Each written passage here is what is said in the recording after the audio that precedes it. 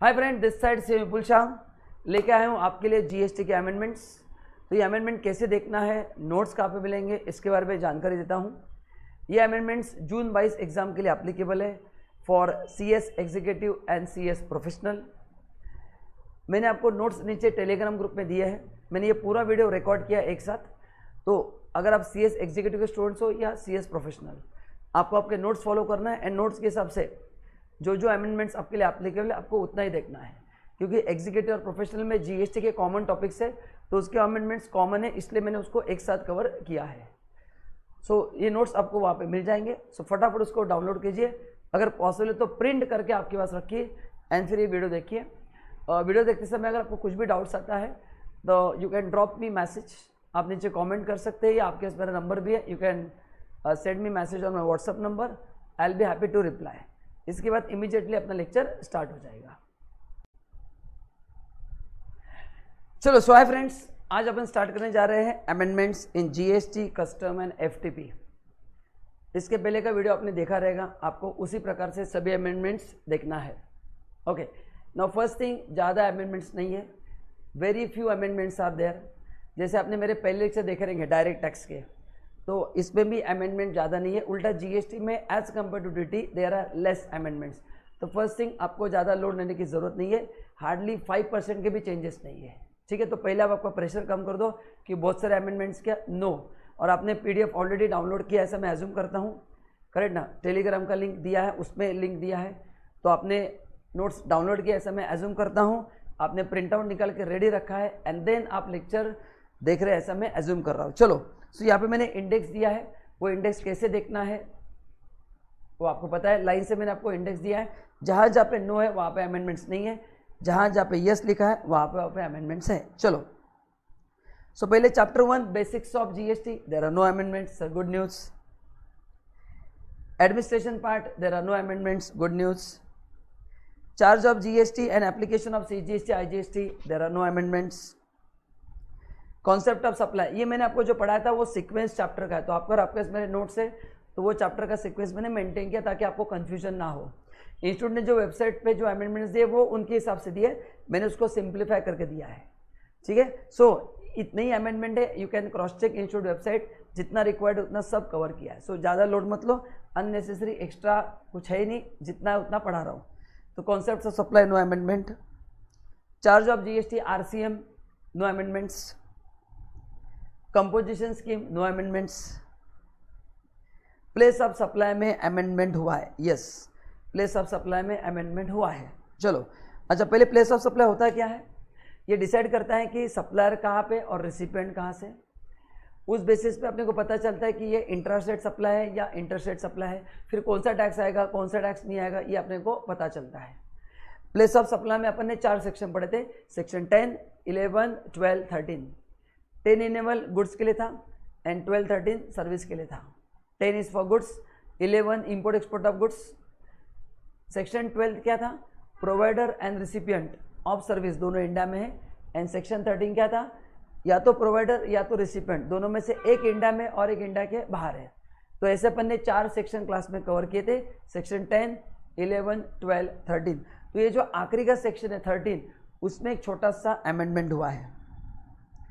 तो अगर आपके पास मेरे नोट्स है तो सेक्शन 13 जो है, सेक्शन 13 क्या है, जहाँ पे प्रोवाइडर या रिसिपेंट दोनों में से एक इंडिया में और इंडिया के बाहर है, उसमें जो लास्ट नंबर का सर्विस है 13, वहाँ पे अपन ने पढ़ा था, क्या पढ़ा था कि जैसे सेक्शन 13 में क्या होता है, प्रोवाइडर इंडिया में, रिसिपेंट इंडिया के बाहर है, दोनों में से एक इंडिया में एक इंडिया के बाहर है। कुछ सर्विसेज पे ऐसा होता है कि अपना गवर्नमेंट भी टैक्स लगा रहा है क्योंकि प्लेस ऑफ सप्लाई एज पर सेक्शन 13 इंडिया में है, एंड उनके देश में भी उसका प्लेस ऑफ सप्लायर है, वो भी टैक्स लगा रहा है। तो उस केस में अपन ने सेक्शन 13 पढ़ा था, सब सेक्शन 13। उसमें क्या लिखा था कि गवर्नमेंट डिसाइड करेगा कि इसका प्लेस ऑफ इफेक्टिव यूज कहाँ पे है एंड उसके हिसाब से जीएसटी आएगा। इतने अपन ने पढ़ा था। और अपन ने ये भी पढ़ा था कि गवर्नमेंट उस सर्विस को नोटिफाई करेगा, तो ये सर्विसेज इस बार नोटिफाई हो चुके हैं, करेक्ट ना। तो ये अमेंडमेंट कहाँ पे हुआ है, सेक्शन 13 में हुआ है। कहाँ पे हुआ है, सेक्शन 13 का जो आखिरी सेक्शन है 13, जहाँ पे अपन ने पढ़ा था कि अगर दोनों देश में अगर टैक्स लग रहे हैं तो गवर्नमेंट नोटिफाई करेगा उसका इफेक्टिव प्लेस ऑफ यूज कहाँ पे है एंड अकॉर्डिंगली उतने पे ही टैक्स लगेगा। तो उसमें अमेंडमेंट हुआ है। देखो place of supply of business to business, MRO बता दो क्या है? Maintenance repair and overhaul. MRO का लॉन्ग फॉर्म क्या है? कोई टेक्निकल वर्ड नहीं है, शॉर्ट फॉर्म है maintenance repairs and overhaul. इसके लिए अमेंडमेंट लाया गया है। In case of shipping industry, हाँ तो ये शिपिंग इंडस्ट्री के लिए लाया गया है। शैल be the location of recipient, क्योंकि काफ़ी सारे शिप्स इंडिया में रिपेयर नहीं होते, बाहर रिपेयर होते हैं मेजोरिटी शिप, क्योंकि इंडिया में इतना एडवांस टेक्नोलॉजी नहीं कि वी कैन रिपेयर शिप। तो इवन एयरक्राफ्ट भी काफ़ी सारे सर्विसिंग के लिए ओवर ऑयलिंग के लिए इंडिया के बाहर जाते हैं, यानी इंडिया में है बट इतना एडवांस फैसिलिटी नहीं है। तो यहाँ पे क्या बोला है कि अगर शिपिंग इंडस्ट्री है तो उनके लिए लोकेशन ऑफ क्या होगा? रिसिपिएंट होगा। तो अगर मेरा शिपिंग इंडस्ट्री है, मैंने शिप इंडिया के बाहर भेजा है रिपेयरिंग के लिए, ओके, तो रिसिपिएंट इंडिया में है, प्रोवाइडर ऑफ सर्विस इंडिया के बाहर है, तो प्लेस ऑफ सप्लाई क्या होगा? इंडिया होगा, रिसिपिएंट। तो उसमें RCM लगेगा क्योंकि ये इंपोर्ट ऑफ सर्विस होगा। तो आपको ये इमेजिन करना है कि आपका शिपिंग कंपनी इंडिया में है, आपने आपका शिप इंडिया के बाहर भेजा है। सर क्यों भेजा है? रिपेयर करने के लिए। तो वो बंदा आपको सर्विस दे रहा है, तो उसका प्लेस ऑफ सप्लाई क्या होगा? इंडिया होगा। देखो section 13 of IGST act determine the place of supply of service where the location of supplier and location of recipient is और दोनों में से एक इंडिया में एक इंडिया के बाहर, ये हमको पता है। In order to prevent double taxation और non taxation of any service, subsection 13 empowers government to notify. तो अमेंडमेंट कहाँ पे हुआ है? सेक्शन 13 सबसेक्शन 13 में। Any service for which the place of supply shall be the place of effective use and enjoyment of service. मतलब क्या है? उसका इफेक्टिव यूज देखा जाएगा ताकि डबल टैक्सेशन नहीं होगा और नॉन टैक्सेशन भी नहीं होगा। मतलब ऐसे भी हो सकता है कि दोनों टैक्स नहीं लेंगे या दोनों टैक्स लेंगे, दोनों गलत है। तो इस बार नोटिफाई किया, तो इस सर्विसेज में कुछ सर्विसेज नोटिफाई किए गए। देखो the said notification has been amended to notify the place of supply of maintenance repairs overall service in respect of ships and other vessels.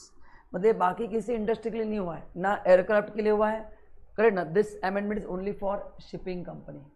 तो शिपिंग कंपनी जब मेंटेनेंस रिपेयर ओवरऑलिंग के लिए उनका ship India के बाहर भेजेगी, and अगर ये बिजनेस टू बिजनेस सप्लाई, मतलब वो भी बिजनेसमैन ही है, मतलब यहाँ पे जो भेजना है वो भी उसका भी शिपिंग बिजनेस ही है, मतलब ये प्रोविजन कब अप्लाई नहीं होगा? अगर मैं बिजनेसमैन नहीं हूँ, मैंने मेरा प्राइवेट यॉट लिया है, वो मैं रिपेयर के लिए बाहर भेजता हूँ, तो ये प्रोविजन अप्लाई नहीं होगा, क्योंकि यहाँ पे दोनों बिजनेसमैन चाहिए, दोनों बिजनेस एंटिटी चाहिए। In respect of ship other vessels their engines and components और parts supply to person for use in the course और फर्दरेंस ऑफ बिजनेस। हाँ मतलब क्या? देखो मतलब ये अमेंडमेंट कहाँ पे हुआ है? शिप्स एंड अदर वेसल्स, मतलब यॉट वगैरह जो भी रहेगा, उनके इंजन, ऐसा क्यों होगा? इंजन कभी कभी इंजन खाली रिपेयर के लिए बाहर बेचा जाएगा, पूरा शिप नहीं बेचा जाएगा, इसलिए उन्होंने इंजन को अलग से कवर किया है। या अदर कंपोनेंट्स है, पार्ट्स है, उसको अलग से बाहर बेचा जाएगा रिपेयरिंग के लिए। Supply to person for use in the course, हाँ मतलब ये रिपेयरिंग सर्विस किसको दिया है? Supply to person shipping company को दिया है। इन द कोर्स और फर्दरेंस ऑफ बिजनेस, हाँ उनके लिए वो वेसल क्या बिजनेस में यूज हो रहा है ना, हाँ तो जिनका शिपिंग बिजनेस है, करेक्ट, उन्होंने रिपेयर के लिए बाहर भेजा है, तो उनको जो सर्विस दिया जा रहा है, is it in the course of furtherance? Yes. Shell be the location of recipient of service. तो इंडिया में जो शिपिंग कंपनीज हैं उन पे GST आएगा। देखो बाय वर्च of this notification if an Indian shipping company has received MRO service in respect of ship vessel from a foreign supplier, supplier वहाँ पे है, इंडियन शिपिंग कंपनी है, रिपेयर करने के लिए बाहर भेजा है, भले वो शिप बाहर गया रिपेयर करने के लिए, लेकिन the place of supply service is in the location recipient in India. Yes, ship भले बाहर जाएगा, स्पेयर पार्ट बाहर जाएंगे, इंजन बाहर जाएगा, या वो यहाँ पे आके सर्विस दे, फर्क नहीं पड़ता है। अल्टीमेटली रिसिपेंट कौन है? Indian shipping company, provider, supplier outside India. The said service qualifies the import of service, and जहाँ पे इंपोर्ट होगा वहाँ पे क्या लगेगा? RCM पे GST लगेगा, तो यहाँ पे GST अपन भरेंगे अंडर RCM। दैट्स इट, इतना ही छोटा सा अमेंडमेंट हुआ है प्लेस ऑफ सप्लाई में। आगे ना time and value of supply में कुछ अमेंडमेंट्स नहीं है, जो अमेंडमेंट्स है मैंने ऑलरेडी नोट्स में कवर किए हैं, तो अपन ने मेजोरिटी में आपको सभी अपडेटेड ही दे रहा हूँ, करेक्ट ना? सो इसमें जो भी बाद में इशूड ने अमेंडमेंट नोटिफाई की है वो है, तो आपने अगर आपके लेटेस्ट नोट्स है वो नोट्स और ये इतना इनफ है। हाँ, अब इसमें ऐसा हो सकता है कि आपने दिसंबर 21 के लिए लिया रहेगा तो भी चलेगा, उसमें उसके बाद ये अमेंडमेंट्स है, so don't worry. Now exemption, chapter 9 exemption. Okay now तो notification 12/17 dated 20 June 17 provide list of service exempted from CGST. तो ये जो मैं आपको एग्जामेशन पढ़ा रहा हूँ, अगर आपको याद है तो अपन ने दो कैटेगरी में एग्जामेशन पढ़े थे, एक सीजीएसटी एक्ट के और दूसरा आईजीएसटी एक्ट के।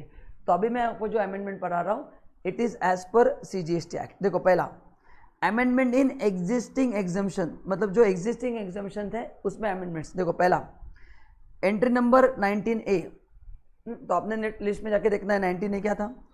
Service by way of transportation of goods by aircraft from a custom station of clearance in India to a place outside India. इसमें एग्जामेशन अपन ने पढ़ा था। इवन अपन ने प्लेस ऑफ सप्लाई में पढ़ा था कि अगर मैं गुड्स का ट्रांसपोर्टेशन इंडिया के बाहर कर रहा हूँ तो प्लेस ऑफ सप्लाई इंडिया के बाहर होगा, ताकि अपना एक्सपोर्ट प्रमोट होगा, उस पर जीएसटी नहीं आएगा। तो ये एग्जामेशन जो है वो 30 सितंबर 2021 तक था, वो अभी एक्सटेंड करके 2022 तक कर दिया है। तो एग्जामेशन पहले भी था, वो उसका एक्सटेंशन अभी सितंबर 22 तक किया है। तो सितंबर 22 के बाद क्या होगा देखेंगे, ये टैक्सेबल भी हो जाएगा या फिर ये एक्सटेंशन बढ़ा भी देंगे, ये आपको अगले अमेंडमेंट्स में पता चलेगा। तो it has been extended up to 30 सितंबर 2022। ठीक है। 19B service by way of transportation of goods by vessel, same aircraft हो या वेसल, इंडिया से बाहर जा रहे हैं तो वेसल पे भी नहीं था और एयरक्राफ्ट पे भी नहीं था। अच्छा आते समय था, आते समय था, अपन मैंने आपको चार्ट बना के दिया है, आते समय अपन ने ट्रांसपोर्टेशन ऑफ गुड्स में अलग चार्ट बनाया है, कंफ्यूज मत होना। तो वो जो है वो आते समय है, आते समय एयरक्राफ्ट पे नहीं है, वेसल पे है। ये जाते समय दोनों पे नहीं है। तो जब गुड्स इंडिया से बाहर जा रहे हैं, फिर वो एसएल हो या एयरक्राफ्ट हो, उनके ट्रांसपोर्ट चार्जेस पे जीएसटी नहीं आएगा। इसको भी एक्सटेंड किया 30 सितंबर 2022 को। तो 19A एंड 19B वो एग्जाम्पशन में चेंज नहीं हुआ है, उसको जो पीरियड है वो बढ़ा दिया है। Now it is valid till 30 सितंबर 2022।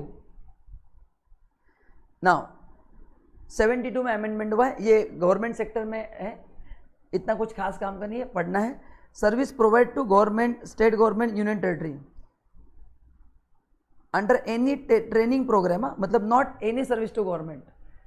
मैं गवर्नमेंट को ट्रेनिंग प्रोग्राम दे रहा हूँ, फिर वो सेंट्रल गवर्नमेंट हो, स्टेट गवर्नमेंट हो या यूनियन टेरिटरी हो, जहाँ पे जितना भी खर्चा उसमें से 75% खर्चा इस गवर्नमेंट ने उठाया है, तो उस पर जीएसटी नहीं आएगा, उस पर जीएसटी नहीं आएगा। लेकिन 75% से कम है तो उस पर जीएसटी आएगा। तो ये थे एग्जिस्टिंग, इसमें एक्सटेंशन किया हुआ है। Okay, exam point of view इतने कुछ खास दम वाले एग्जाम्शन से नहीं है, जैसे एक बार पढ़ के रखना है। अभी नए एग्जाम्शन कुछ ऐड किए गए। Yes, section 61A, sorry serial number 61A, service by way of granting national permit to goods carriage to operate throughout India. मतलब आपको अभी नेशनल परमिट दिया जाएगा ताकि पूरे इंडिया में आप कहीं पे भी ऑपरेट कर सकते थे, है ना। पहले स्टेट वाइज परमिट दिए जाते थे, अभी नेशनल लेवल पे आपको एक ही परमिट दिया जाएगा, तो उस पर जीएसटी नहीं आएगा। इससे क्या होगा, तकलीफ कम हो जाएगी। मतलब बहुत अच्छा ये एग्जाम्शन है। पहले रिस्पेक्टिव स्टेट में लाइसेंस दिए जाते थे, है ना, कुछ केसेस में दिए जाते थे, बट तो नेशनल परमिट जो दिया जाएगा, है ना, गुड्स कैरेज को, जीटीए को, तो उस पर अभी जीएसटी नहीं आएगा। पहले उस पर लगता था, अभी उस पर जीएसटी नहीं आएगा। Now withdrawal of existing exemption, इसको हटा दिया गया है। तो नंबर 43 को हटा गया है, 61A को ऐड किया गया है। Service of leasing of assets, rolling stock assets including wagon, coaches by Indian railway finance corporation to Indian railway. इसका मैंने आपको लॉजिक बताया था, क्या था कि इंडियन रेलवे फाइनेंस कॉर्पोरेशन क्या है, मैंने आपको लॉजिक बताया था क्या था, मैं वापस बताता हूँ। इंडियन रेलवे को पैसे के प्रॉब्लम है ना, तो Indian railway financial corporation form किया गया। वो पैसे लेते थे लोगों से एंड उससे वो एसेट खरीद के, उससे वो एसेट खरीद के इंडियन रेलवे को रेंट पे देते थे, उस पर जीएसटी नहीं आता था। लेकिन अभी ये हटाया गया है, ये एग्जाम्शन विड्रॉ किया है। तो service of leasing of asset, तो इंडियन रेलवे फाइनेंशियल कॉर्पोरेशन जो इंडियन रेलवे को ये एसेट्स रेंट पे देता था, उस पर पहले जीएसटी नहीं आता था, अभी उस पर जीएसटी आएगा। एंड सिमिलर एग्जाम्शन आईजीएसटी से भी हटाए गए, वो नीचे दिया है। ठीक है, तो ऊपर के जो एग्जाम्शन है वो इंटरेस्ट रेट वाले हैं, अगर ये इंटरेस्ट रेट वाले हैं तो आईजीएसटी का भी एग्जाम्शन क्या किया है, हटाया गया है। ठीक है, तो बस इतना ही है। तो पहले ये एग्जाम था और इंडियन रेलवे के पास पैसे नहीं थे, तो ये इंडियन रेलवे फाइनेंशियल कॉर्पोरेशन ये फॉर्म किया गया। वो लोगों से पैसे लेके एसेट लेता था, इंडियन रेलवे को रेंट पे देता था, तो उस पर जीएसटी नहीं आता था। अभी उस पर जीएसटी आएगा। That's it. तो एग्जामिशन में इतने अमेंडमेंट्स है, मैंने कहा ज़्यादा लोड मत लो। आईटीसी जॉब वर्क में अमेंडमेंट्स है, पढ़ते अपन। Frequency of filing ITC 4 revise from quarterly to yearly, ठीक है ना। देखो मैं बताता हूँ, फॉर्म आईटीसी जीएसटी 4 अभी ये क्या है, serve as a intimation that is furnished by register manufacturer giving details of goods capital good dispatch to और रिसीव फ्रॉम जॉब वर्कर। मतलब अपने जॉब वर्कर का पढ़ा था ना कि जब भी मैं गुड्स जॉब वर्कर को भेजता हूँ, कैपिटल गुड्स जॉब वर्कर को भेजता हूँ, तो उसका मेरे को आईटीसी मिलता है, बट वो गुड्स 1 साल में आने चाहिए और कैपिटल गुड्स 3 साल में आने चाहिए। तो विदाउट रिसीविंग गुड्स मैं क्रेडिट ले रहा हूँ, तो मेरे को पहले गवर्नमेंट को इंटीमेट करना पड़ता था कि मैंने कितने गुड्स जॉब वर्कर को भेजे हैं, कितने कैपिटल गुड्स भेजे, कितने आए हैं। तो ये आईटीसी 4 फॉर्म में बताना पड़ता था क्वार्टरली, अभी ये ईयरली कर दिया है। तो मैं कितने गुड जॉब वर्कर को भेज रहा हूँ, कितने कैपिटल गुड जॉब वर्कर को भेज रहा हूँ, तो ये अच्छा कर दिया। क्वार्टरली कंप्लायंस क्या कर दिया, ईयरली कर दिया। Earlier as per rule 45(3) the CGST rules from GST ITC 4 was furnished on quarterly basis. Said form was to be furnished for the said period on or before 25th of the day succeeding the month or the said quarter or extended by commissioner। मतलब ये quarterly submit होता था, एक quarter खत्म होने का अगले महीने की 25 तारीख को। अभी ये अमेंडमेंट किया है और ये क्या कर दिया है, अभी ये ईयरली कर दिया है। करेक्ट ना? ओके, मैं बताता तो करेक्ट है। तो पहले क्राइटेरिया क्या है, अप्रैल, मई एंड जून, इस पीरियड में जो भी हमने गुड्स भेजे, किसको भेजे, जॉब वर्कर को, गुड्स और कैपिटल गुड्स जो हमने जॉब वर्कर को भेजे या हमको जो जॉब वर्कर से मिले हैं, उसका इंटीमेशन हम कैसे देते थे, जीएसटी कौन से फॉर्म में देते थे, आईटीसी 4। कब देते थे, अगले महीने की 25 तारीख। तो अप्रैल में जून के बाद कब आएगा, 25 जुलाई को हम इंटीमेट करते थे। अब ये अमेंड होके क्या कर दिया है, एन्युअली कर दिया है। सो पहले क्या होता था, अप्रैल में जून में जितने गुड्स मैंने जॉब वर्कर को भेजे या रिसीव हुआ है, उसका इंटीमेशन में गवर्नमेंट को करता था 25 जुलाई को, क्वार्टर खत्म होने के बाद 25 दिन, in form number ITC 4। Now ये कंप्लायंस ईयरली क्या है। अभी एक क्वेश्चन आपके माइंड में है, सर ईयरली क्या, बट कब फाइल करना है, वो बेस्ड ऑन टर्नओवर है। तो देखो अपन अमेंडमेंट पढ़ते हैं, ये पुराना प्रोविजन था, अब इसको क्या कर दिया है, एनुअल कंप्लायंस कर दिया। देखते क्या है, देखो ठीक है। तो ये चाहे तो आप लिख सकते हैं,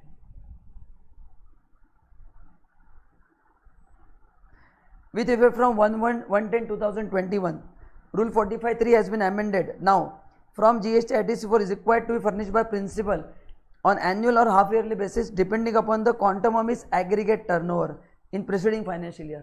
तो पिछले साल का आपको टर्नओवर देखना पड़ेगा। तो 21-22 का टर्नओवर देखो एंड फिर डिसाइड करो कि 22-23 में जो अपने गुड्स भेजे या रिसीव हुआ है जॉब वर्कर्स के, उसका कंप्लायंस कब करना है। तो 22-23 में जो अपने गुड्स भेजे जॉब वर्कर को, 21-22 का टर्नओवर देखना है। देखो क्या क्राइटेरिया है, in respect of principal whose aggregate turnover during the immediately preceding year greater than 5 crore. तो मेरा टर्नओवर 21-22 में 5 करोड़ से ज़्यादा था, तो 22-23 में कब करना है, क्वार्टरली 6 मंथली करना है। तो अप्रैल टू सितंबर का 25 अक्टूबर को होगा एंड अक्टूबर टू मार्च का 25 अप्रैल को होगा। एंड अगर टर्नओवर लेस देन 5 करोड़ है तो आपको एन्युअली करना है, जो 25 अप्रैल को करना है। तो नंबर ऑफ डेज 25 डेज उतना ही रखा है, ठीक है। तो देखो तो कैसे होगा, देखो फिर तो अगर टर्नओवर ऑफ फाइनेंशियल ईयर 21-22 दो ऑप्शंस 4 करोड़ है या 6 करोड़ है, मतलब एक वाला है ये कौन सा है, लेस देन 5 CR है, ये है ग्रेटर देन 5 CR। दो क्राइटेरिया है, हाँ, ये लेस देन इक्वल टू है,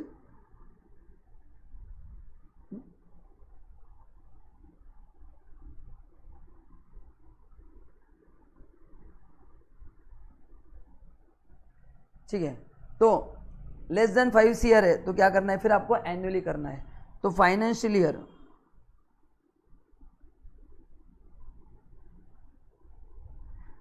financial year 22-23 less than 5 crore है, क्या बोला है एनुअली करना है। मतलब क्या, तो कब करना है, जीएसटी आईटीसी 04 कब करना है बोलो, 25 अप्रैल 2023 को, फाइनेंशियल ईयर खत्म होने के बाद अगले 25 दिन। एंड लेस देन 5 करोड़ है तो फिर अप्रैल 22 टू सितंबर 22, इसका कब होगा, अक्टूबर 25 को। एंड अक्टूबर 22 टू मार्च 23, इसका होगा अप्रैल 25 को। तो एक्सटेंशन उन्होंने उतना ही रखा है, 25 दिन के बाद करना है। बट अगर लेस देन 5 CR है तो छोटा बिजनेस है तो एन्युअली करो, ग्रेटर देन 5 CR है तो 6 मंथली करो आफ्टर 25 डेज। सिंपल, लिख लो आप ये डायग्राम। ये एग्जाम में 1 मार्क के लिए क्वेश्चन आ सकता है।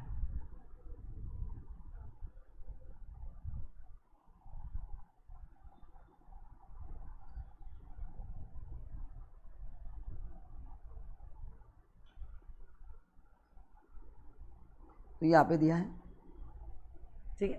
तो ये छोटा सा अमेंडमेंट हुआ है। चलो नाउ रजिस्ट्रेशन में amendments, next chapter is registration. देखते हैं इसमें क्या क्या अमेंडमेंट्स हुए हैं। इसमें जो रिवोकेशन ऑफ कैंसलेशन था ना, उसमें डायरेक्टली अमेंडमेंट हुआ है। सेक्शन 29-30 था ना, उसमें देखो सेक्शन 30 में हुआ है, extension of time limit for filing application for revocation of cancellation registration bye registered person permitted beyond stipulated time. Now what is revocation of cancellation, पहले अपन समझते हैं। अपन ने सेक्शन 30 में पढ़ा था कि अगर ऑफिसर ने आपका रजिस्ट्रेशन कैंसिल किया है एंड अगर आप उसको वापस चाहते हो तो आप रिक्वेस्ट कर सकते कि सर आपने जो मेरा नंबर कैंसिल किया वो मेरे को वापस दे दो, है ना, मेरा नंबर कैंसिल मत करो, ठीक है। तो उसमें कितने समय में अप्लाई करना है, क्या एक्सटेंशन है, ये अपन पढ़ने जा रहे हैं।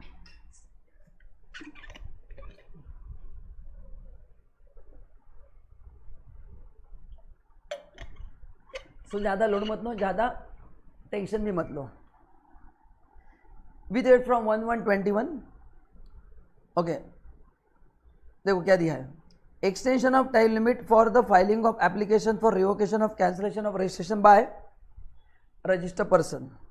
Accordingly, the time period for filing application for revocation of 30 days from the date of service of order of cancellation may on sufficient cause being shown be extended। हाँ, मतलब ये अपन ने पढ़ा था कि आपको ऑर्डर ऑफ कैंसलेशन आने के बाद आप 30 डेज में अप्लाई कर सकते हो कि सर हमारा नंबर कैंसिल मत करो, प्लीज मेरे को मेरा नंबर दे दो।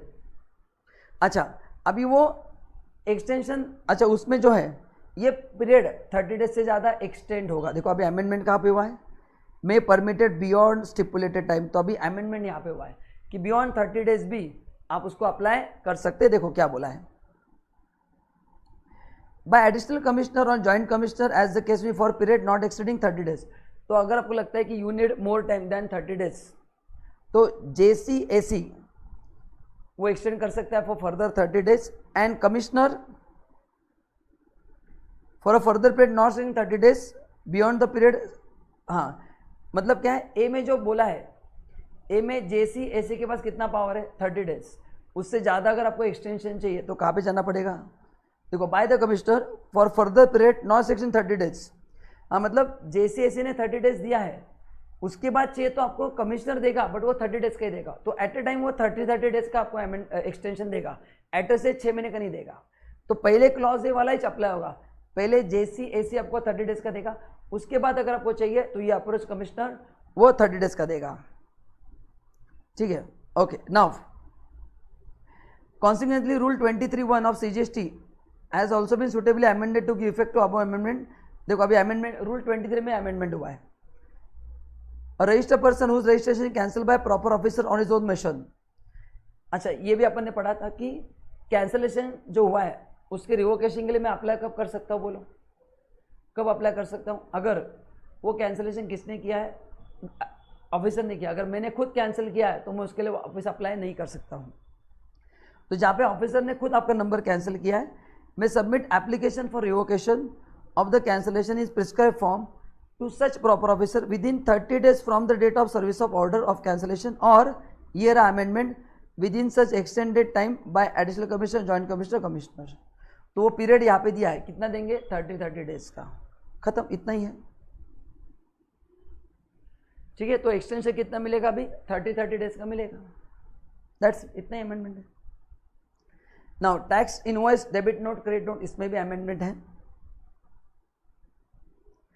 नाउ अपन ने कौन से पढ़ा था, ई इनवॉइसिंग। अभी e invoicing is not applicable to government department and local authority, correct ना। तो अपन ने पढ़ा था कि 50 करोड़ से ज़्यादा अगर टर्नओवर है, फिर उसमें टर्नओवर में चेंजेस हुए थे, तो उनके लिए ई इनवॉइसिंग क्या है, एप्लीकेबल है।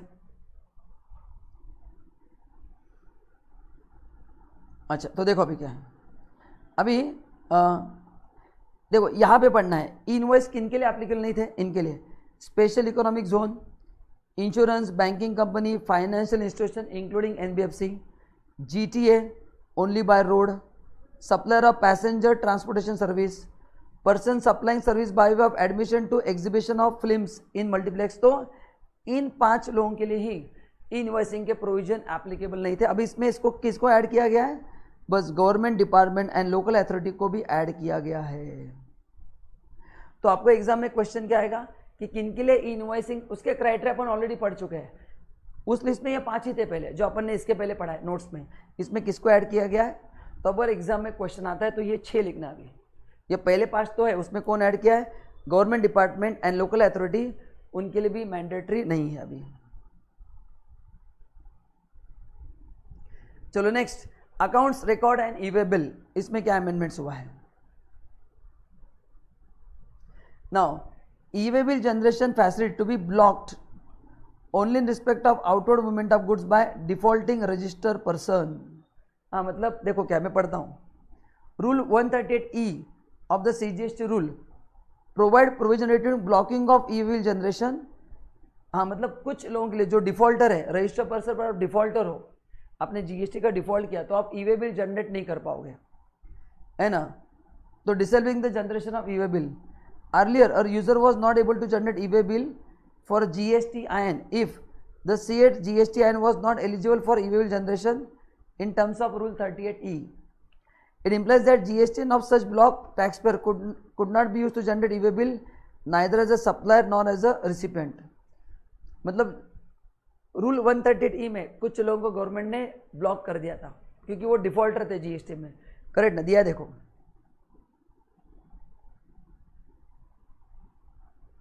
तो जो टैक्स पेयर डिफॉल्टर थे, जिन्होंने टैक्स पे नहीं किया, उनका ई-वे बिल जनरेट करने का फैसिलिटी ब्लॉक किया गया था, ठीक है। हाँ, अभी उसमें कुछ रिलैक्सेशन दिया गया है।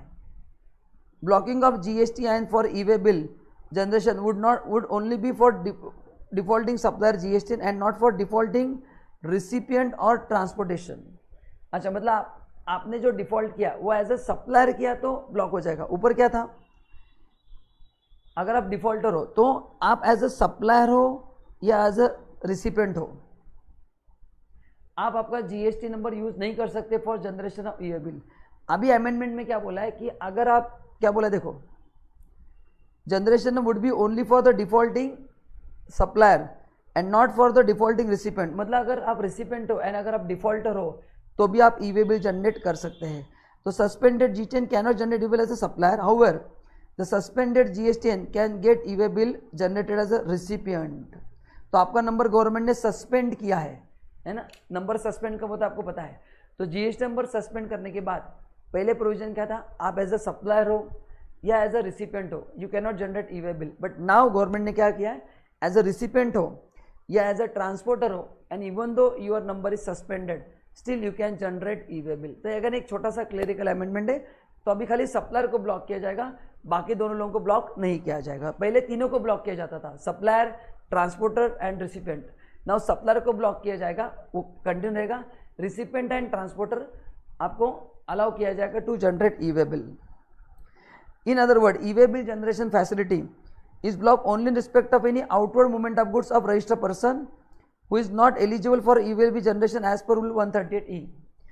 e-way bill can be generated in respect of inward supply of said registered person. मतलब सुनो, मैं आउटवर्ड सप्लाई कर रहा हूँ और मेरे को गवर्नमेंट ने ब्लॉक कर दिया है, तो मेरे आउटवर्ड सप्लाई के लिए मैं ई-वे बिल जनरेट नहीं कर पाऊंगा, लेकिन एज अ रिसिपेंट हूँ तो मैं ई-वे बिल जनरेट कर पाऊंगा. मैं आपको एग्जाम्पल देता हूँ, क्लैरिटी आएगा, डोंट वरी. देखो, mister A registered person paying tax under regular scheme in Delhi has not filed GSTR 1 for last 2 months. तो रूल 138 में दिया है कि कौन से केस में आपका ई-वे बिल जनरेट करने का फैसिलिटी ब्लॉक किया जाएगा. Mister B Haryana regular return filer wants to generate e way bill for goods to be supplied to mister A. देखो, ए डिफॉल्टर है, ए ने रिटर्न फाइल नहीं किया है, ए दिल्ली में है और बी जो सप्लायर है वो हरियाणा में है, तो हरियाणा वाले को दिल्ली में सप्लाई करना है, इंटरस्टेट सप्लाई है. As per the earlier position of law mister B would not have been able to generate e way bill with mister A. Yes, क्योंकि बी डिफॉल्टर था, उसने रिटर्न फाइल नहीं किया, तो उसका ई-वे बिल का फैसिलिटी ब्लॉक किया जाएगा. In terms of amended law there will be no more restriction in generating e-way bill as Mr. B is making outward supply is regular return filer. हाँ, जो B है ना वो regular filer है क्या? Yes, वो रिटर्न रेगुलर फाइल कर रहा है, तो वो ई-वे बिल जनरेट कर सकता है. Mister A wants to generate e way bill respect of outward supply goods to mister H. तो e way bill generation block in this case it's an outward movement of goods of mister A who has not filed GSTR for 2 months. तो जो ए है, ए को allow नहीं किया जाएगा, B generate कर पाएगा. तो जो लोग आउटवर्ड सप्लाई कर रहे हैं वो नहीं कर पाएंगे. करेक्ट ना? मतलब ए जो है, ये ए जो है, ए ने डिफॉल्ट किया. क्या डिफॉल्ट किया? उसने रिटर्न फाइल नहीं किया. तो देखो, mister A wants to generate an e way bill in respect of outward supply of goods to mister H. Correct ना? एच कहाँ पे है? हाँ, तो उसको नहीं अलाउ होगा e way bill generation block in this case, क्योंकि एच को आउटवर्ड सप्लाई कर रहा है तो वो ब्लॉक हो जाएगा, लेकिन बी उसको इनवर्ड सप्लाई कर रहा है. तो ए का देखो, 2 एग्जाम्पल दे. ए को गुड्स एच से आ रहे हैं, बी से गुड्स आ रहे हैं और एच को सप्लाई कर रहा है, तो ए जब एच को सप्लाई करेगा वो आउटवर्ड मूवमेंट है, वो ब्लॉक किया जाएगा क्योंकि वो डिफॉल्टर है. लेकिन ए जब गुड्स रिसीव करेगा एज अ रिसिपिएंट उसको अलाउ है, ये लिखा है. अगेन आई रिपीट, कोने बीच में ए है, ए डिफॉल्टर है, उसने GST का रिटर्न फाइल नहीं किया, तो वो ब्लॉक हो गया उसका GST ई-वे बिल का फैसिलिटी. तो पहले क्या था, ना वो रिसीव कर सकता था ना वो, हाँ, तो अभी क्या हुआ है, उसको जो बंदा सप्लाई कर रहा है बी हरियाणा में, वो उसने रेगुलर रिटर्न फाइल किया है, तो he can generate e way bill in the name of A, वो अलाउड है. बट ए एच को भी सप्लाई करना चाहता है, तो उस केस में A can not generate e way bill, क्योंकि उसका आउटवर्ड मूवमेंट, आउटवर्ड सप्लाई जो है GST ब्लॉक किया गया. क्यों? क्योंकि वो GST डिफॉल्टर है. ठीक है, बस इतना ही सिंपल अमेंडमेंट है. तो एज अ आउटवर्ड सप्लायर मैं कुछ नहीं कर सकता हूँ, बट मेरे को अगर रिसीव करना है तो मैं कर सकता हूँ. रिटर्न्स में कुछ अमेंडमेंट्स हुए हैं.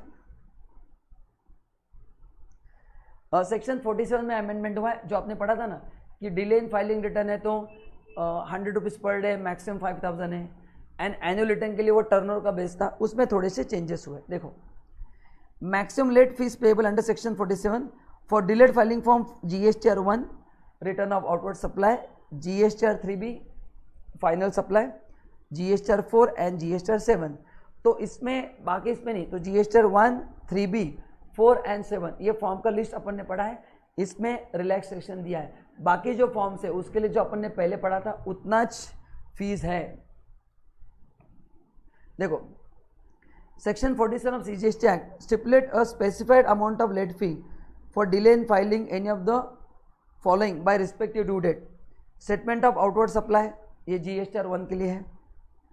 Returns QRMP scheme GSTR 3B. Final return, इसमें कुछ penalties है.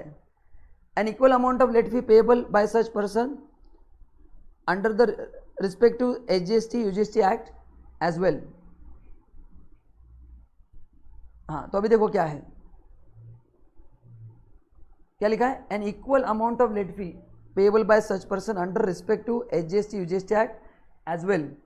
Penalty leviable under IGST act shall be the sum total of penalty leviable under the CGST and SGST act.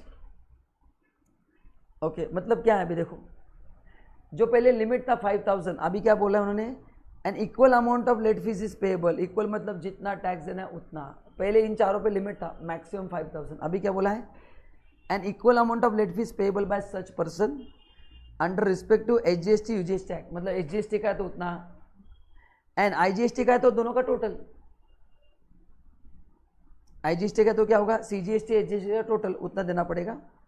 The late fee can be waive partially और fully by central government. Consequently, since the inception of GST law, late fees being regularly waived by central government either partially or fully. From the tax period June 20 onwards, quarterly filing ending June 21 onwards, as the case may be, late fee filing delayed return has been rationalized as follow. अभी देखो क्या है, अभी मैं आपको पूरा पढ़ा तो आपका जो कंफ्यूजन होगा वो क्लियर होगा. ये अपन ने पहला प्रोविजन पढ़ा है, अब इस पर ध्यान मत दो, अब इसमें इतना ही समझो. I know there is a confusion, मैं क्लियर करता हूँ. डायग्राम दिया है कि GST 1, 3B, 4 एंड 7 में नए लेट फीस क्या मैं आपको बताता हूं. तो आप डायरेक्टली डायग्राम पढ़ो, देखो क्या है.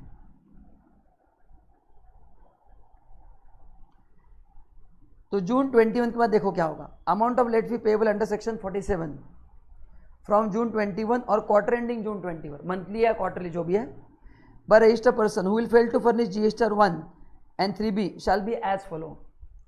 Registered person who has nil outward supply in tax period और उस total amount of tax payable in GST 3B nil, तो नील है तो कितना होगा अभी, बस 500 रुपया होगा मैक्सिमम.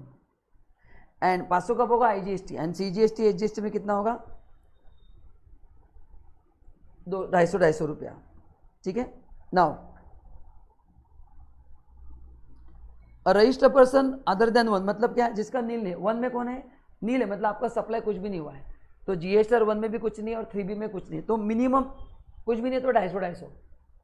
पहले वैसे नहीं था, पहले डायरेक्टली 5000 तक था, अभी वो डायरेक्टली कर. अभी कितना देखो, अदर देन 1 का मतलब क्या है, जिनका टर्नओवर लेस देन 1.5 करोड़ है एंड पढ़ो जरा कितना है, देखो देखो पढ़ लो, आपको समझ में आ रहा है क्या. देखो मैं बताता हूँ, नील रिटर्न है तो अभी कितना पेनल्टी है, नील तो 500, 250 CGST का. हाँ अभी देखो, अभी रजिस्टर्ड पर्सन अदर देन 1 मतलब जिनका कुछ टर्नओवर हुआ है, अगर एग्रीगेट टर्नओवर आपका लास्ट फाइनेंशियल में 1.5 करोड़ से कम है तो आपको कितना देना है, मैक्सिमम लेट पेनल्टी 2000 रुपया. जो 5000 था वो कितना कर दिया, 2000 कर दिया, 1000 मैक्सिमम CGST का एंड HGST का 1000. नाउ नेक्स्ट, जिनका एग्रीगेट टर्नओवर लास्ट ईयर का, देखो क्या लिखा है यहाँ पे थोड़ा मैं वापस आपको लिख के देता हूँ, ये आप लिख लो इतना, जस्ट एक मिनट है मैं आपको लिख के देता हूँ.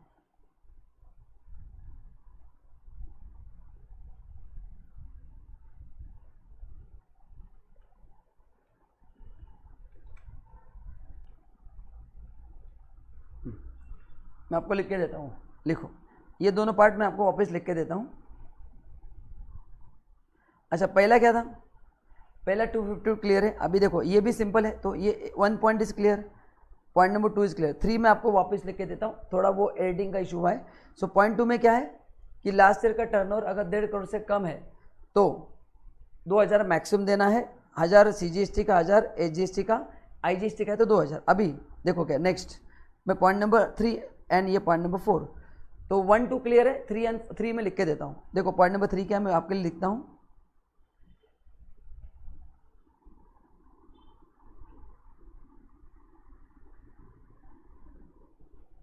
ठीक है. सो आपका एग्रीगेट टर्नओवर 5 करोड़ से कम है एंड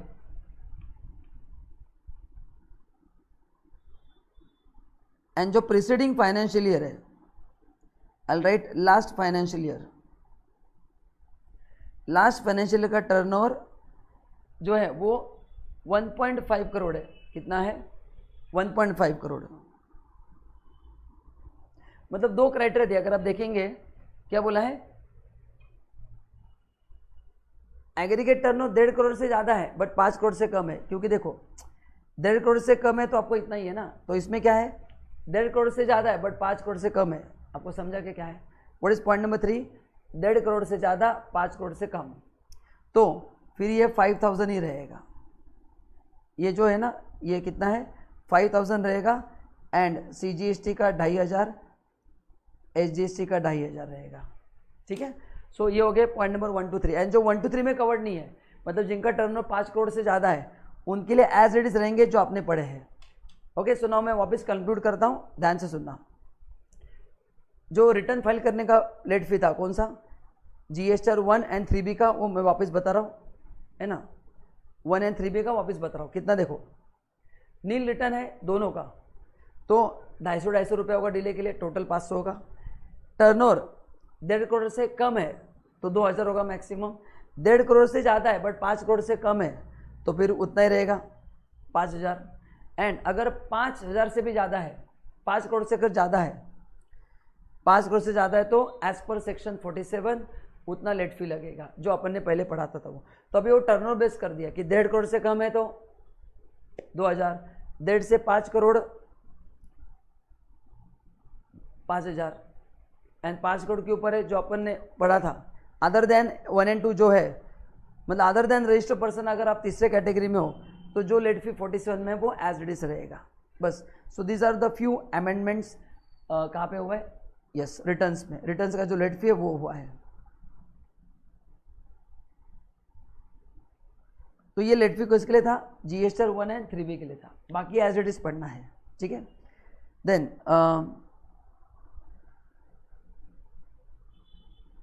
उसके बाद ठीक है, नाउ अभी देखो, अभी अमेंडमेंट 4 इसमें हुए हैं, मैंने 1 का बता दिया, 3B का बता दिया, अभी 4 and 7 का पढ़ना बाकी है। अभी देखो 4 में क्या हुआ है, GSTR 4 अगर वही आपका लायबिलिटी नील है तो डायरेक्ट 500, 250, 250, एंड अदर देन मतलब आपका लायबिलिटी नील नहीं है। अच्छा, GSTR 4 किसके लिए है, कंपोजिशन स्कीम वालों के लिए है, तो उनके लिए 2000 होगा, 1000, 1000 जो अपन ने पहले पढ़ा था 4 का पेनल्टी वो भी कम हो गया है। तो 1 का मैंने बता दिया, 3B का बता दिया, 4 का बता दिया। 4 में नील है तो 250, 250, वो ऊपर भी वही था, एंड नील नहीं है मतलब कुछ टैक्स पेबल है तो 5000 की जगह 1000 कर दिया। नाउ 7 के लिए कितना है,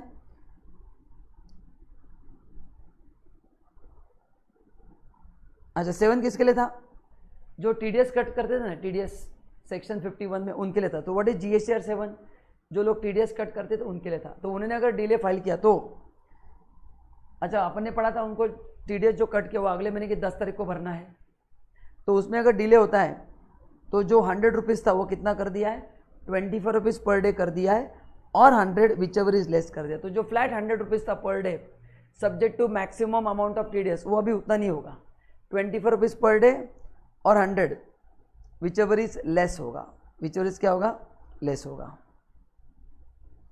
तो ये हो गए 4 अमेंडमेंट्स। ओके, तो वापस बताता हूँ, 1 का बता दिया, 3B का बता दिया, 4 का बता दिया, 7 का बता दिया। ये है 1 and 4, ये 1 and 3B का है, ये 4 का है और ये 7 का है। Now next, mandatory requirement of getting annual accounts audited and the reconciliation statement submitted by specified professional done away with the omitted and section 44 substituted। देखो क्या दिया है, अपन ने पढ़ा था कि सेक्शन 35(5) में कि अगर 2 करोड़ के ऊपर टर्नओवर है तो audit must be done bye CA and CMA, लेकिन जो गवर्नमेंट डिपार्टमेंट है उनके लिए तो क्या करता था। अभी तो अमेंडमेंट क्या हुआ है, earlier section 35(5) of CGST act provide that every registered person whose turnover during financial year exceed the prescribed limit get accounts audited by chartered accountant, cost accountant, and submit copy of audited annual accounts and reconciliation statement under section 44, yes, and such other documents in such form as may be prescribed। ये पहले का provision था कि 2 करोड़ के ऊपर अगर आपका turnover जाता है तो आपको क्या करना है, ऑडिट करके लेना है और उसका रिकंसिलिएशन स्टेटमेंट एंड रिपोर्ट दोनों सबमिट करना है। However, this provision shall apply to any department of, shall not apply, ये किसके लिए अप्लाई नहीं होगा, हाँ जहाँ पे ऑडिट कौन करता है, कैग ऑडिट कौन करता है, कैग के लिए अपने को ऑडिट करने की जरूरत नहीं है, शैल नॉट अप्लाई यहाँ पे है ना, शैल नॉट अप्लाई।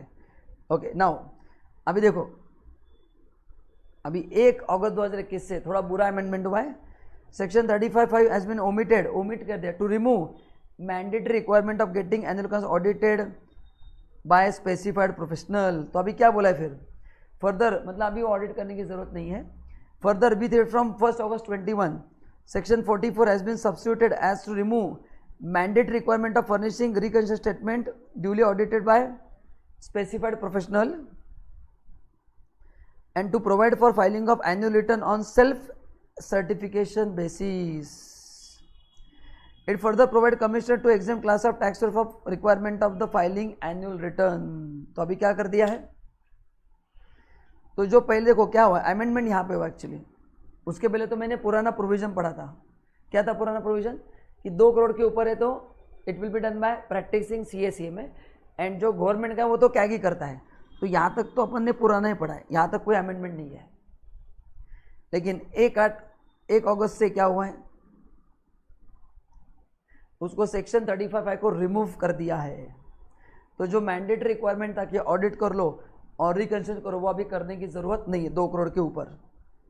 ठीक है, यस. एंड प्लस उन्होंने क्या बोला कि तुम सेल्फ सर्टिफिकेशन तुम कर सकते हो, कोई प्रॉब्लम नहीं है. एंड प्लस कमिश्नर को पावर दिया गया है कि अगर वो चाहते हैं तो किसी क्लास ऑफ पर्सन को एनुअल रिटर्न फाइल नहीं करने से वो एग्जेम्प्ट कर सकते हैं. वो बट अभी वो कौन है, अभी दिए नहीं, जब देंगे तो वो पढ़ाऊंगा ना. अभी देखो क्या है नया section 44. Every registered person other than ISD, a person paying tax under section 51, 52, CTP and NRTP shell furnish annual return which include self certified reconciliation. पहले यहाँ पे ऑडिटेड था. अच्छा, सेक्शन 44 क्या है, एनुअल रिटर्न. तो यहाँ पे पहले आप चेक करना, पुराने नोट्स में क्या था, ऑडिटेड कॉपी था, वो नहीं है. रिकंसिलिंग द वैल्यू ऑफ सप्लाई, बाकी तब सब सेम ही है, बस इतना ही चेंज हुआ है. तो सेक्शन 44 जो आपके नोट्स में है, जो था एनुअल रिटर्न, उसमें यहाँ पे वर्ड देखो क्या था, वहाँ पे था कि वो ऑडिटेड कॉपी, तो अभी ऑडिट हट गया है GST का. ठीक है. However, the commissioner may on the recommendation of council by notification exempt any class of person, वो तो पुराना ही है. अच्छा, ये एग्जाम्पशन कैग वालों को अप्लाई नहीं होगा. सेम क्या, हाँ, जिनके लिए कैग है उनके लिए सेल्फ सर्टिफिकेशन नहीं होगा, वो कैग के हिसाब से होगा, तो वही दिया है. तो ये सबसे बुरा अमेंडमेंट है. विच में include self certified reconciliation statement reconciling the value of supply declare in the return furnished for the financial year with audited annual financial statement for every financial year electronically within such time in such manner. अभी देखो, अभी इसका relevance क्या देखो. C audit नहीं हटा है, क्या हटा है, रिकंसिलिएशन जो स्टेटमेंट था duly audited by special profession, ये हट गया है. हाँ, मतलब ऑडिट का कंडीशन नहीं हटा है. ऑडिट के साथ जो था ना कि रिकंसिलिएशन स्टेटमेंट करके लेना है, वैल्यू ऑफ सप्लाई को टैली करके लेना है, वो जो था सर्टिफिकेशन बाय CAC में, वो हट गया है, पूरा नहीं हटा है, ये आधा हटा है. देखो क्या हटा है, इतना ही हटा है. रिकंसिलिएशन स्टेटमेंट जो अपने को सबमिट करना पड़ता था अलॉन्ग विद द ऑडिट, वो हट गया. ऑडिट अभी भी है, बट कौन सा पार्ट हट गया, रिकंसिलिएशन स्टेटमेंट का. ठीक है, तो दिस इज द, ये किया है.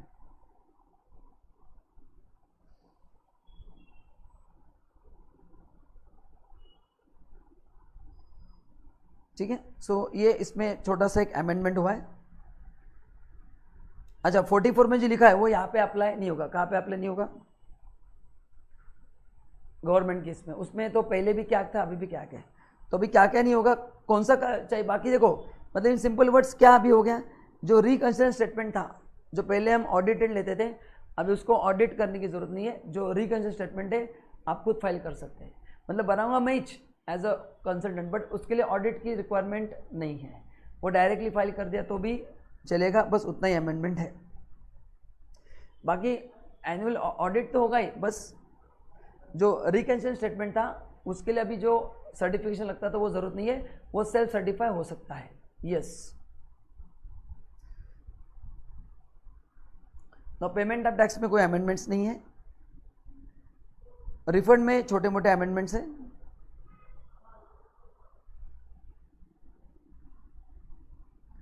In case of deficiency in refund application. अच्छा, अपन ने पढ़ा था कि रिफंड के लिए अपने को अप्लाई करना है. अप्लाई करने के बाद वो चेक करेंगे, है ना, कि आपका एप्लीकेशन बराबर है कि नहीं. अगर उसमें कुछ डेफिशिएंसी है, limitation period of 2 years for making refund claim to exclude the time period from the date of filing of the refund claim till the date of communication of deficiency. हाँ, मतलब आपने एप्लीकेशन फाइल किया, आपको कितना समय refund file करने के लिए, 2 साल. आपके एप्लीकेशन में डेफिशिएंसी थे, तो जिस दिन आपने एप्लीकेशन फाइल किया है एंड जिस दिन आपको कम्युनिकेट किया गया है कि यह गलत है, तो वो पीरियड 2 साल में कंसिडर नहीं होगा। The time period for making application for claiming refund of tax interest any other amount is 2 years from the relevant date. Further as per rule 90 sub rule 3 where any deficiency are noticed in the application for refund claim, the proper officer shall communicate the deficiency to the applicant in deficiency memo, requiring him to file fresh refund application for rectification। हाँ, तो deficiency तो उसको again apply करना पड़ता था fresh। और proviso has been inserted to provide that the time period from the date of filing the refund claim till the date of communication of deficiency in prescribed form by the proper officer shall be excluded in the period of 2 years in respect of any such fresh claim filed. हाँ, मतलब आप जब fresh claim file करोगे तो वो जो period था वो कंसिडर नहीं होगा। तो 2 साल में वो पीरियड कंसिडर नहीं होगा। कौन सा पीरियड? जिस दिन आपने रिफंड क्लेम फाइल किया, जिस दिन आपको इंटीमेट किया गया, वो पीरियड कंसिडर नहीं होगा। तो आप जब वापस नया क्लेम फाइल करोगे तो वहाँ से आपको वापस 2 साल का समय मिलेगा। नाउ अगर आपको लगता है कि रिफंड एप्लीकेशन आपको विड्रॉ करना है तो इंसर्ट किया गया है। Earlier taxpayer had no option to withdraw the refund application if they had committed any mistakes। हाँ, अगर अपने तरफ से मिस्टेक है तो अपन रिफंड गलती से रिफंड क्लेम किया है तो विड्रॉ करने का ऑप्शन नहीं था। while filing the application, the functionality has been now implemented for the taxpayer filed refund application by filing application prescribed form up to specified time। तो अभी देखो, तो अगर मैंने पहले एप्लीकेशन फाइल किया रिफंड के लिए और उसमें मेरी तरफ से कुछ मिस्टेक थे तो विड्रॉ करने का कोई मौका नहीं मिलता था, अभी विड्रॉ करने का मौका मिलेगा। द एप्लीकेंट में at any time before issuance of provisional refund sanction. हाँ, मैंने एप्लीकेशन फाइल किया, उसमें मिस्टेक है, लेकिन अपने पढ़ा है कि पहले गवर्नमेंट प्रोविजनल बेसिस पे रिफंड देता है, फिर वो कंफर्म करके बचा हुआ रिफंड देता है। तो प्रोविजनल सैंक्शन का रिफंड ऑर्डर आने से पहले अगर आपको आपकी गलती पता चल गई, करेक्ट ना, तो वो विड्रॉ कर सकते हैं by filing application prescribe form. तो आप विड्रॉ कर सकते हैं। On submission of such withdraw application any amount debited by applicant in electronic credit ledger और electronic cash ledger as the case may be while filing refund shall be credited. Yes, जब मैं refund claim करता हूं तो electronic cash ledger या credit वो debit होता है, जब मैं रिफंड एप्लीकेशन विड्रॉ करूंगा तो वापस वो क्रेडिट किया जाएगा। Then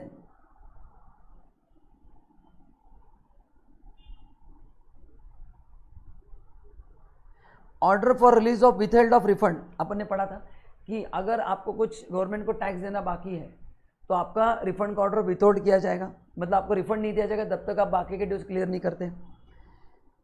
to be issued where refund is no longer liable to withheld. Order for complete adjustment for demand of refund not required, मतलब देखो क्या है, earlier in case where refund is completely adjusted against the outstanding demand, मतलब आपको GST देना है government को 1 लाख रुपया और आपका रिफंड भी है, आप वो पैसा दे नहीं रहे तो गवर्नमेंट क्या करेगी, आपका जो अपने पढ़ा था कि गवर्नमेंट रिकवर कैसे करती है, अगर आपको कोई रिफंड मिलने वाला है तो उसमें से एडजस्ट करती है। तो वही दिया है, way refund is completely adjust against outstanding demand. तो आपको जो रिफंड था 1 लाख रुपये वो डिमांड के अगेंस्ट पूरा एडजस्ट हो गया, मतलब आपको अभी 1 रुपया रिफंड नहीं मिलेगा। An order giving details of the adjustment was issued, है ना। हाँ, तो ये आपको ऑर्डर दिया जाता था कि हमने आपका एडजस्टमेंट कर दिया, आपको रिफंड नहीं मिलेगा। The provision has been omitted resulted in no such order will be issued, अभी ऑर्डर नहीं आएगा, है ना, डायरेक्टली एडजस्ट किया जाएगा, आपको पोर्टल पे दिखेगा।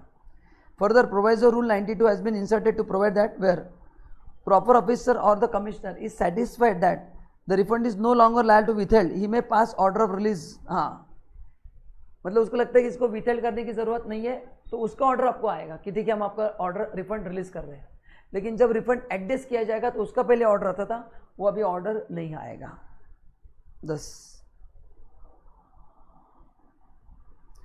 Now in case of an applicant who become entitled to refund after being withheld or order for release or withheld pass before filing final refund। मैं बताता हूँ क्या है रूल 96। देखो क्या है rule 96 contain the provision relating to refund of IGST paid on goods service exported out of India। तो मैंने जो गुड्स एक्सपोर्ट किए, सर्विसेज एक्सपोर्ट किया, उसका मेरे को रिफंड चाहिए। सब रूल 7 मतलब रूल 96 में sub rule 7 provide that in case where claim for refund was withheld for specified reasons, हमने उसको विथहेल्ड किया था, and subsequently applicant become entitled for refund of amount, the concerned jurisdictional officer shall proceed to refund the amount after passing refund sanction order। तो तो अभी refund sanction order pass करना पड़ेगा, फिर रिफंड जाएगा। डायरेक्टली रिफंड नहीं दिया जाएगा, एक रिफंड ऑर्डर का एक सैंक्शन पास किया जाएगा ऑर्डर, फिर रिफंड दिया जाएगा। अभी देखो, अब इसमें अमेंडमेंट क्या है। The sub rule has been amended now, the concern judicial officer required to first pass an order for release of withheld refund, then he will pass refund sanction order in case of applicant become, हाँ मतलब पहले क्या होता था, सुनो rule 96 में क्या है, मैंने जो IGST पे किया है, मतलब जो गुड्स मेरे एक्सपोर्ट हुए उसका मेरे को रिफंड चाहिए, तो पहले क्या होता था, मेरा रिफंड जो है अगर विथहेल्ड नहीं किया है, कुछ रीज़न के लिए विथहेल्ड किया था, बाद में उन्होंने रिलीज कर दिया है, तो आपको डायरेक्टली क्या करते थे, रिफंड अमाउंट का सैंक्शन ऑर्डर का ऑर्डर देते थे। अभी वैसे नहीं होगा, अभी 2 ऑर्डर आएंगे। पहला फर्स्ट ऑर्डर होगा रिलीज ऑफ विथहेल्ड रिफंड, तो एक ऑर्डर आएगा कि हमने जो आपका रिफंड होल्ड किया वो हम रिलीज कर रहे हैं, एंड सेकेंड सैंक्शन का ऑर्डर आएगा। पहले खाली एक ही ऑर्डर था कि हम आपका रिफंड सैंक्शन कर रहे हैं, अभी 2 आएंगे। एक हमने जो आपका रिफंड विथहेल्ड किया था हम उसको रिलीज कर रहे हैं, एंड दूसरा हम आपको जो सैंक्शन करके दे रहे हैं उसका 2 ऑर्डर आएंगे, बस इतना ही है। असेसमेंट ऑडिट इंस्पेक्शन सर्च, इसमें कोई अमेंडमेंट्स नहीं है। डिमांड रिकवरी में कोई अमेंडमेंट्स नहीं है। एडवांस रूलिंग में कोई अमेंडमेंट्स नहीं है। लायबिलिटी में कुछ अमेंडमेंट्स नहीं है। आगे किधर भी अमेंडमेंट्स नहीं है। तो GST के अमेंडमेंट्स यहाँ पे खत्म हो गए पूरे, कोई अमेंडमेंट्स GST में नहीं है। कस्टम में भी, फॉरेन ट्रेड पॉलिसी में छोटे से कुछ अमेंडमेंट्स हुए, बता देता हूँ। FTP जो अभी एक्सटेंड कर दिया 31 मार्च 22 तक। Foreign trade policy incorporating the provision related to export and import of goods will now open up to 31 मार्च 22। तो ये 31 मार्च 22 तक FTP क्या एक्सटेंड कर दिया गया है। Exemption from IGST GST compensation वो भी एक्सटेंड कर दिया है 31 मार्च 22 को। In case of export under advance authorization, हाँ ये जो स्कीम था advance authorization scheme, EPGC scheme, इस स्कीम के तहत जो IGST एंड GST कॉम्पेंसेशन नहीं लगता था वो अभी एक्सटेंड कर दिया टिल 31 मार्च 22। पहले वो 30 सितंबर 21 तक एक्सटेंड था, अभी और 6 महीने से उसको एक्सटेंड कर दिया है। ठीक है, तो ये बाकी एसेज, ठीक है। देन ये कुछ काम का नहीं है। That's it guys. So these are the few amendments. GST में कुछ, कस्टम में कुछ अमेंडमेंट्स नहीं है, मतलब अपन ने जो पढ़ा वो ऑलरेडी पूरा अपडेटेड पढ़ा है। ठीक है, सो GST के मैंने अमेंडमेंट्स बता दिए, जो मेन थे उसको एक बार पढ़ लो। These are the only amendments. बाकी नोट्स कहाँ पे मिलेंगे मैंने सब बता दिया है। अमेंडमेंट में आपको कुछ भी क्वेश्चन है, कुछ भी कन्फ्यूजन है तो आप कमेंट करके नीचे भेजिए, मैं आपको उसका रिप्लाई कर दूंगा। So thank you so much. And अगर आप मेरे चैनल पे फर्स्ट टाइम आए तो उसको सब्सक्राइब कीजिए, ताकि आप भी आगे जब भी कोई अमेंडमेंट्स आएंगे, कोई भी अपडेशन आएंगे, आपको पता चलेंगे। Thank you so much, bye bye.